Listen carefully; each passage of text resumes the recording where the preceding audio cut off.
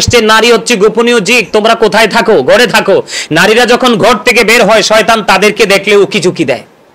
এখন তিনি নারীদেরকে আসুন্নাহ ফাউন্ডেশনের নামে নারীদেরকে ঘরে বের করে এনে তিনি কি করতেছেন? কর্মের ব্যবস্থা করতেছেন। এটা কি কোরআনের বিপক্ষে না? কথা বলে না কেন? এটা কি কোরআন হাদিসের এগেইনস্টে যায় না? আজকে যদি সাধারণ কোনো মানুষ যদি বলতো তাহলে এটা আমরা মেনে নিতাম, কিন্তু আপনি তো অনেক বড় বুজুর্গ, অনেক বড় শায়েখ, কথা কয় না? নাকি ভুল বললাম? হ্যাঁ, তাদের অন্যায়ের শেষ নাই, যেই অন্যায় মানুষের ঈমান এবং আমল দুটোকে ধ্বংস করে দেয়। এই মিয়া, আমি আজকেও আসার সময় কিতাব দেখে আসছি, যদি কেউ আমার কাছে দলিল চাই, রেফারেন্স চাই, আমি একবার স্পষ্ট করে আমি দিতে পারবো ইনশাআল্লাহ। সেই ক্ষমতা আল্লাহ রাব্বুল আলামিন মদিনাওয়ালার সাদকায় দিয়েছেন। এখানে বিষয় হলো আরেকটা বিষয়, এই শায়েকেরা কিন্তু এখন নারীদেরকে কিন্তু নামাজ পড়ানোর নামে কিন্তু আরেকটা কৌশলে ঘর থেকে বের করে নিচ্ছে। নাউজুবিল্লাহ বলে না কেন? নারীরা মহিলারা যাইয়া মসজিদে জামাত পড়বো, কি করবে? আরে জুমার দিনের মতো, জুমার নামাজের মতো গুরুত্বপূর্ণ ইবাদত আমাদের জন্য আর কিছুই নারী এবং পুরুষ সৃষ্টিগতভাবে যেমন আলাদা, শারীরিক গঠনও আলাদা, আমল আখলাকের ক্ষেত্রেও তাদের দুজনের পন্থাটাই আলাদা, ঠিক কিনা? নারীরা, পুরুষরা বাইরে বের হবে, নারীরা ঘরে থাকবে। পুরুষরা উঁচু গলায় কথা বলবে, নারীরা আস্তে কথা বলবে। কথা বলে না কেন? পুরুষরা নাভি বরাবর, নাভি থেকে নিচের অংশ ঢেকে রাখবে, আর মহিলারা মাথা থেকে পা পর্যন্ত ঢেকে রাখবে। এখানে কি পার্থক্য আছে না? পুরুষরা নিয়ত বাঁধবে। কি বাঁধবে? পুরুষরা নিয়ত বাঁধবে, তার মানে আমাদের হচ্ছে নিয়ত বাঁধা, আর মহিলাদের হচ্ছে নিয়তের নামে হাত রাখা। তাহলে পার্থক্য আছে না নাই? আরে জোরে আল্লাহ রাসূল বলেছে ঈদের নামাজ, জুমার নামাজ যেহেতু তাদের উপর ওয়াজিব নয়, তাহলে তাদের কোন জামাতের উসিলায় বের হওয়া তাদের জন্য জায়েজ নয়। আব্দুল্লাহ ইবনে মাসউদ রাদিয়াল্লাহু তাআলা আনহু, তিনি ওনার জামানায় তিনি একদিন দেখলেন এক মহিলা জুমার দিনে মসজিদে ঢুকে পড়েছে। তখন আব্দুল্লাহ ইবনে মাসউদ রাদিয়াল্লাহু তাআলা আনহু তিনি সঙ্গে সঙ্গে ওই মহিলাকে ঘর থেকে, মসজিদ থেকে বের করে দিয়ে তিনি সঙ্গে সঙ্গে বলেছেন যে তোমার জন্য এই মসজিদ থেকে উত্তম হলো তোমার ঘরের অভ্যন্তর। সুবহানাল্লাহ বলে না?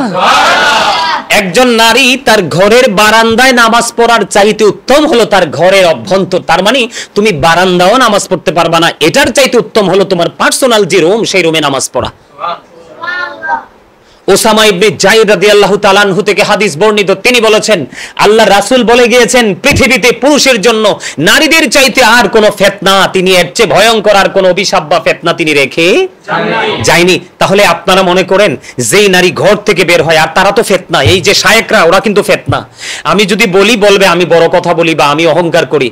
এই যে আমেরিকা থেকে, লন্ডন থেকে, পৃথিবীর বিভিন্ন দেশ থেকে, ইটালি থেকে, বাংলাদেশের বিভিন্ন জেলা থেকে হুজুর এই বিষয়ে কথা বলেন, হুজুর এই বিষয়ে কথা বলেন। অলরেডি আমি মহিলারা জামাত পড়তে পারবে কিনা, মহিলারা বাহিরে নামাজ পড়ার চাইতে তার ঘরে নামাজ পড়া 25 গুণ বেশি সওয়াব। আর জোরে আরেকটা মজার হাদিস, হযরত উম্মে হুমাইদ রাদিয়াল্লাহু তাআলা আনহা তিনি বলতেছেন ইয়া রাসূলুল্লাহ, আমি আপনার পিছনে নামাজ পড়তে খুব পছন্দ করি।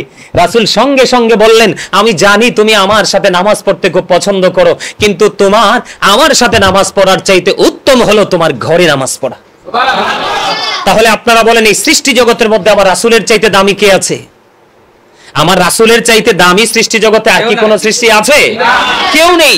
আমার রাসূল বলে তুমি আমার সাথে নামাজ পড়ো না, তুমি তোমার ঘরের অভ্যন্তরে চলে যাও। ওদের কত বড় স্পর্ধা, ওরা নারীদেরকে বলে। আমি আমার মা বোনদেরকে বিনীত অনুরোধ করব, আপনারা হচ্ছেন ফুল। ফুল কিন্তু গাছে এবং ফুলদানিতে মানায়, অন্য কোথাও কিন্তু ফুল সুন্দর নয়। কথা কি ঠিক না বেঠিক? আমার কথা কি ঠিক আছে? হাদিস শরীফের মধ্যে আমি বলবো নারীরা হচ্ছে কি, আমি বলি নারীরা হচ্ছে ফুল, কারণ এখান থেকে কি আসে? পরবর্তী প্রজন্ম আসে, আসে না? আসে। আমি আমার মা বোনদেরকে বলবো এই তথাকথিত শায়েকদের কথা শুনে মসজিদে যাবেন না। আজকে নারীরা ধর্ষিত হচ্ছে, নারীরা আজকে লাঞ্ছিত হচ্ছে, নারীদের শ্লীলতাহানি হচ্ছে, শুধু একটা মাত্র কারণ, তারা বেপরদাশীল ভাবে সময় অসময়ে তারা ঘর থেকে বের হওয়ার কারণে। নারীরা যে রমজান মাসে আমাদের বাসা থেকে, আমাদের বাসা তো 5 তলাতে, বারান্দা দিয়ে আমার মা আমাকে একদিন বলতেছে বাবা তুমি একদিন দেখো তো এই রাস্তা দিয়ে কিভাবে মহিলা দলে দলে নামাজ পড়তে যায়। পরে আমি আমার মাকে কিতাব খুলে দেখালাম। তো এই জন্য আমি বলছি তারা কিন্তু এই ধরনের গোলামি করছে, এই ধরনের মানবিক কাজ করছে, আর বলতে পারবো তাদের বিরুদ্ধে। আজকে আমি আমার মূলত কিন্তু ওই যে শায়েকদের বিরুদ্ধে আমার আলোচনা নয়, আমার আলোচনা হচ্ছে শায়েকদের যে বক্তব্যের বিরুদ্ধে আমার আলোচনা। আমার